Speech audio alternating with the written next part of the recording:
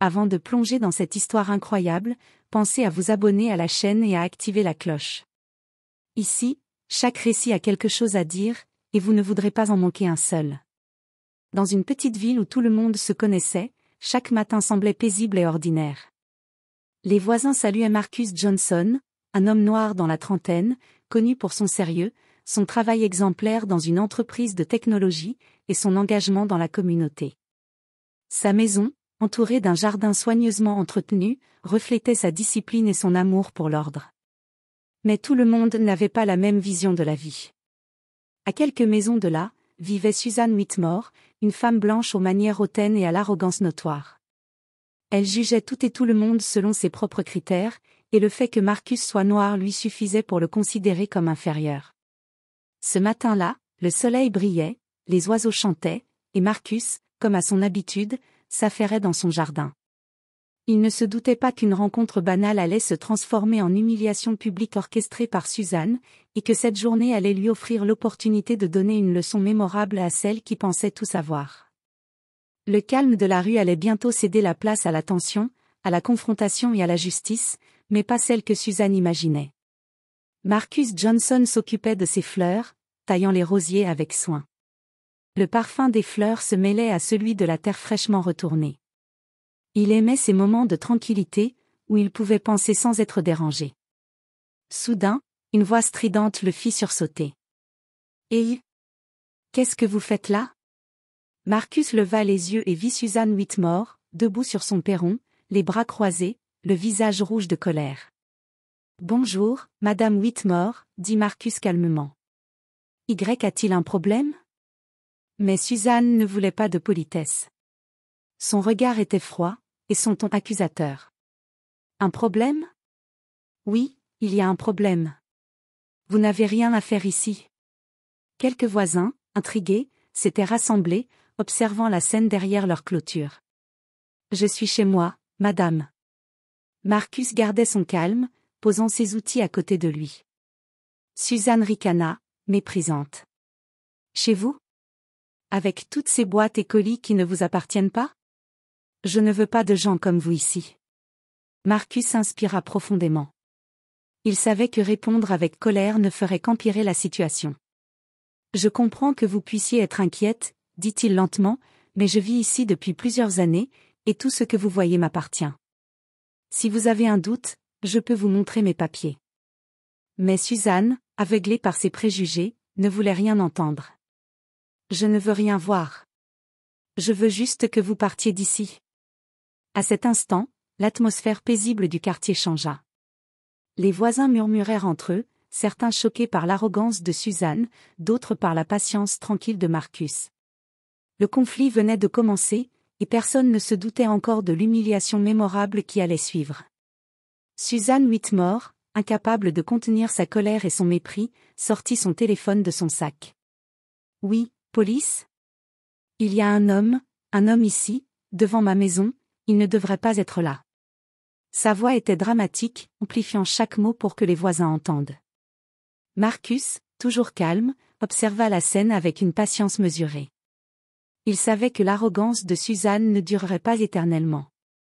Quelques minutes plus tard, 2 policiers arrivèrent dans une voiture banalisée. Ils descendirent, l'air sérieux mais professionnel. « Bonjour, messieurs. »« Que se passe-t-il » demanda Marcus poliment. Suzanne s'avança, pointant Marcus du doigt. « C'est cet homme. Il est suspect. Il pourrait voler quelque chose, je ne sais pas, mais il ne devrait pas être ici. » Marcus leva les mains, signe de paix. « Messieurs, je vis ici. Tout ce qui est dans cette maison et ce jardin m'appartient.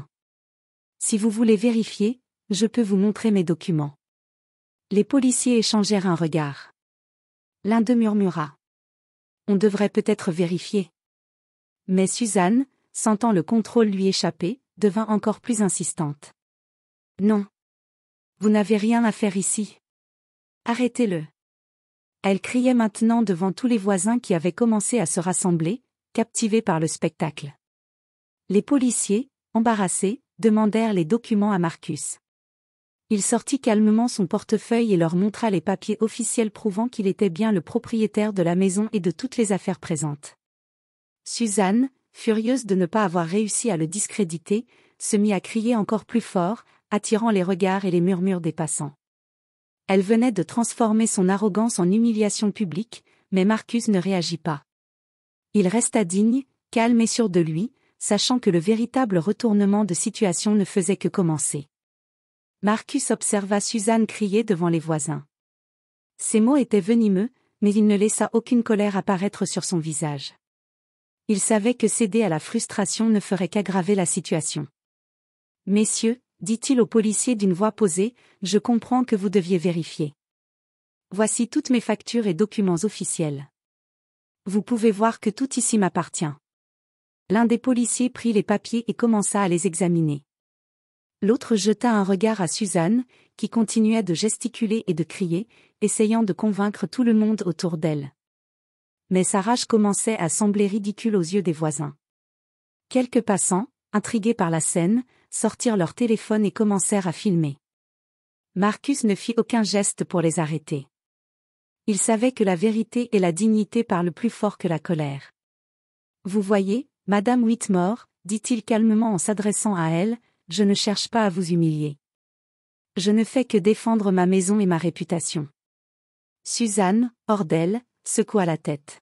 « Vous n'avez pas le droit. » Marcus la laissa parler, restant silencieux, laissant ses paroles se retourner contre elle. Chaque mot qu'elle prononçait devant les voisins amplifiait son arrogance ridicule. Les policiers, après quelques minutes de vérification, confirmèrent que Marcus disait la vérité.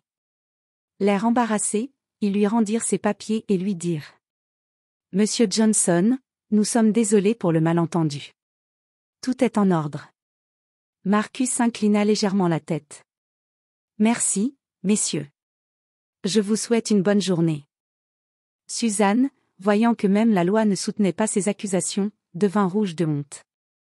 Les voisins, silencieux au début, commencèrent à murmurer entre eux, certains affichant un sourire moqueur à l'égard de son comportement. Marcus avait gardé son calme et sa dignité, et sans lever la voix, il avait commencé à retourner la situation. La véritable humiliation de Suzanne n'était que le début. Quelques jours après l'incident, la tension dans le quartier était palpable. Les voisins parlaient encore de la scène devant la maison de Marcus. Certains secouaient la tête, d'autres riaient intérieurement du spectacle auquel ils avaient assisté. Pendant ce temps, Marcus continuait sa vie normalement, sans ressentiment ni colère. Il savait que la meilleure réponse à la haine n'était pas la confrontation, mais la patience et la dignité. Mais Suzanne Whitmore, incapable de supporter l'humiliation silencieuse qui lui pesait, continua à se vanter auprès de quiconque voulait l'écouter, jusqu'au moment où la situation prit un tournant inattendu. Un des voisins, M. Thompson, avait filmé une grande partie de la confrontation avec Marcus. Il avait capturé Suzanne criant, gesticulant et accusant Marcus à tort. Une fois les images montées en un court clip, il les partagea discrètement sur les réseaux sociaux locaux et dans le groupe du quartier.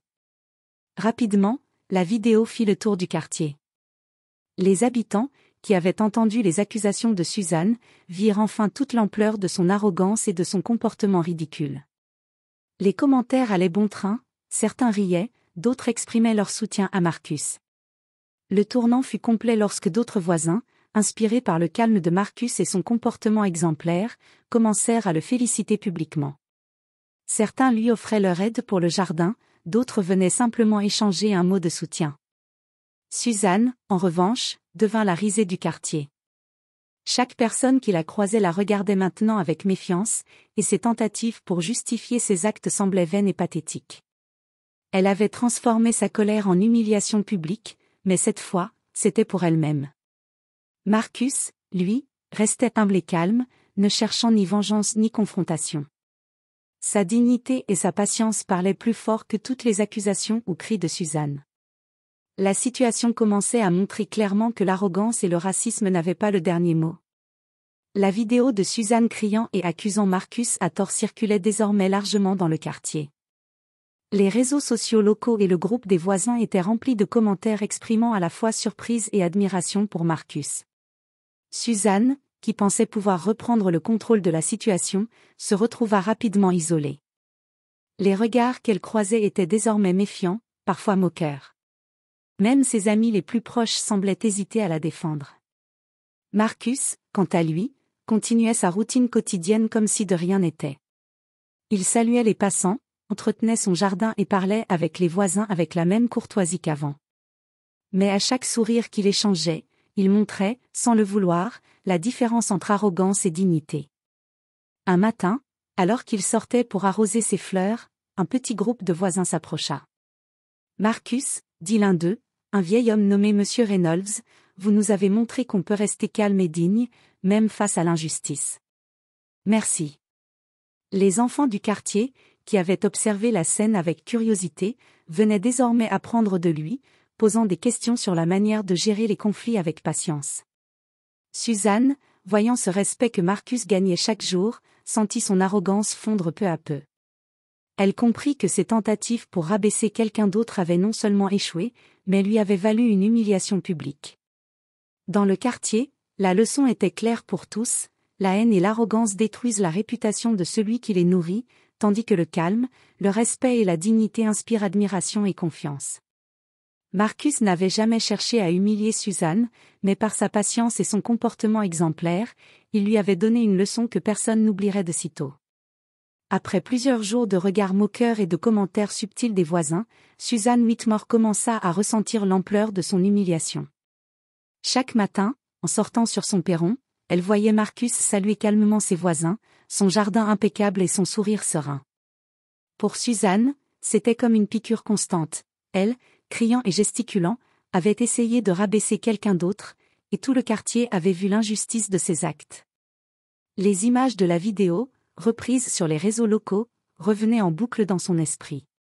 Elle s'assit dans son salon, le visage marqué par la fatigue et la frustration. « Comment ai-je pu être si stupide ?» murmura-t-elle. Elle se revit hurler sur Marcus, crier à la police, et exposer son mépris au monde entier. Pour la première fois, elle ressentit une profonde honte, un mélange de colère contre elle-même et de regret sincère. Suzanne commença à réaliser que sa haine et son arrogance avaient créé un désastre, non seulement pour elle-même, mais aussi pour l'image qu'elle avait toujours voulu projeter. Ses voisins, ses amis, et même ses collègues commençaient à la voir autrement. Elle passa la journée à réfléchir, à repasser mentalement chaque mot, chaque geste. L'orgueil qui l'avait poussée à agir ainsi se transformait lentement en introspection. Elle comprit que le respect et la dignité de Marcus ne dépendaient pas d'elle, mais de sa propre capacité à rester juste et calme. Pour la première fois, Suzanne se demanda « Que puis-je faire maintenant pour réparer ce que j'ai détruit ?» Mais elle savait au fond d'elle que certaines leçons ne peuvent être données que par le temps et par les actes, et que Marcus, avec sa patience et sa dignité, avait déjà enseigné la sienne. Quelques jours plus tard, Suzanne prit son courage à deux mains et frappa timidement à la porte de Marcus. Ses mains tremblaient légèrement, et elle sentait la tension monter à mesure qu'elle approchait. Marcus ouvrit la porte, comme à son habitude, avec un sourire calme et posé. « Bonjour, Madame Whitmore, dit-il simplement. Suzanne baissa les yeux, honteuse. « Marcus, je veux m'excuser. Je me suis mal comportée. Ce que j'ai fait, ce n'était pas juste. » Marcus l'écouta en silence. Puis, d'une voix douce mais ferme, il répondit. « Les excuses ne réparent pas l'humiliation que vous vous êtes infligée à vous-même, Madame Whitmore. » Suzanne leva les yeux, surprise. « Je ne comprends pas. » Marcus continua. « Vous avez eu le choix de traiter les autres avec respect, mais vous avez laissé la haine et l'arrogance guider vos actes. Ce qui est fait est fait. Ce que vous pouvez faire maintenant, c'est changer votre comportement et apprendre de cette expérience. » Suzanne sentit un mélange de honte et de soulagement. Elle avait espéré une confrontation dramatique, mais au lieu de cela, Marcus lui montrait une sagesse et une dignité qu'elle ne pourrait jamais égaler. « Je vais essayer, » murmura-t-elle, la voix brisée. Marcus hocha la tête. « Commencez par vous traiter vous-même avec honnêteté et humilité. Le reste suivra. » Suzanne repartit, méditant sur ses paroles. Elle comprit que la véritable réconciliation ne venait pas seulement d'excuses formelles, mais d'un changement sincère dans le comportement et l'attitude. Pendant ce temps, Marcus retourna à son jardin, continuant sa vie paisible, conscient qu'il avait non seulement défendu sa dignité, mais aussi montré une leçon de vie que beaucoup dans le quartier n'oublieraient jamais. Après l'incident et la tentative d'excuse de Suzanne, la vie dans le quartier reprit son cours, mais quelque chose avait changé. Marcus Johnson n'était plus seulement un voisin parmi d'autres, il était devenu un exemple vivant de patience, de dignité et de résilience. Chaque matin, il saluait les passants, entretenait son jardin et échangeait quelques mots avec les voisins. Ceux qui avaient assisté à la scène initiale ou vu la vidéo commencèrent à reconnaître l'importance de ses actes. Certains venaient simplement discuter avec lui, d'autres demandaient des conseils sur la manière de gérer des conflits avec calme et respect. Les enfants du quartier, fascinés, s'asseyaient parfois sur le muret de son jardin, écoutant ses histoires et ses conseils sur la patience et le respect d'autrui. Marcus devint une figure inspirante, non seulement pour son comportement envers Suzanne, mais pour la manière dont il représentait la dignité face à l'injustice. Même ceux qui ne l'avaient jamais rencontré avant ressentaient le changement. Le simple fait de voir un homme capable de rester calme et juste dans une situation humiliante rappelait à chacun que la vraie force ne réside pas dans la colère ou la domination, mais dans la maîtrise de soi et le respect des autres. Suzanne, de son côté, observa cette influence avec un mélange de honte et d'admiration. Elle réalisa que Marcus, sans élever la voix ni chercher à la rabaisser, avait gagné le respect de tout le quartier y compris de ceux qui avaient autrefois partagé son opinion. Ainsi, la leçon de Marcus se propagea silencieusement. L'arrogance et la haine peuvent attirer l'attention un moment, mais seule la dignité inspire le respect durable. Le pouvoir de la dignité, pensa Marcus en arrosant ses fleurs, réside dans sa capacité à transformer l'injustice en exemple pour tous. Les jours passèrent, et la réputation de Marcus dans le quartier grandit de façon exponentielle. Chaque personne qui croisait son chemin voyait un homme calme, respectueux et juste, contrastant fortement avec l'arrogance et la colère de Suzanne Whitmore. La vidéo de la confrontation initiale continuait de circuler sur les réseaux locaux, accompagnée de commentaires louant la patience et la dignité de Marcus. Les voisins qui avaient hésité au début commencèrent à partager leur propre expérience, racontant comment Marcus les avait inspirés à gérer les conflits avec calme et intelligence. Suzanne, de son côté, se retrouvait de plus en plus isolée. Les tentatives pour justifier ses actions ou regagner le respect des voisins échouaient systématiquement. Partout où elle allait, les gens se souvenaient de son comportement et de la leçon silencieuse que Marcus avait donnée. Un jour, alors qu'elle tentait de discuter avec un groupe de voisins, l'un d'eux lui dit avec un sourire poli mais ferme. « Suzanne, peut-être qu'il est temps d'apprendre de Marcus. » Sa manière de gérer la situation montre comment on peut rester digne, même face à l'injustice. Suzanne baissa les yeux, consciente que la leçon allait bien au-delà de simples excuses. Marcus n'avait pas cherché à l'humilier, il avait simplement défendu sa dignité et montré l'exemple.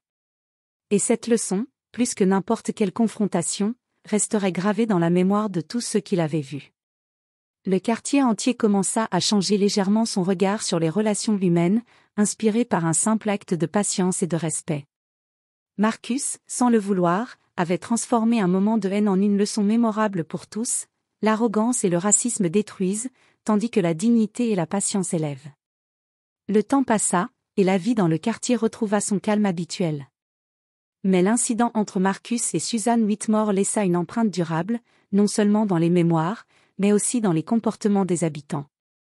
Marcus continua sa routine quotidienne, travaillant dans son jardin, saluant ses voisins et répondant toujours avec respect à ceux qui l'approchaient. Son calme et sa dignité avaient transformé ce qui aurait pu être un moment de haine en une véritable leçon de vie pour tous. Suzanne, quant à elle, avait appris, à la dure, que l'arrogance et le racisme apportent plus de honte que de pouvoir. Elle commença lentement à changer son attitude, réfléchissant à la manière dont elle traitait les autres et à l'importance du respect et de l'humilité. Le quartier tout entier semblait plus attentif au comportement des uns et des autres. Les enfants observaient désormais Marcus comme un exemple de patience, et les adultes commençaient à mesurer leurs paroles et leurs jugements avant d'agir. L'histoire de Marcus devint un rappel que la vraie force ne réside pas dans la colère, la domination ou la haine, mais dans la capacité à rester juste et digne face à l'injustice. Une leçon qui restera gravée dans le cœur de tous ceux qui l'ont vue. L'arrogance humilie, la haine détruit, mais la dignité élève et inspire.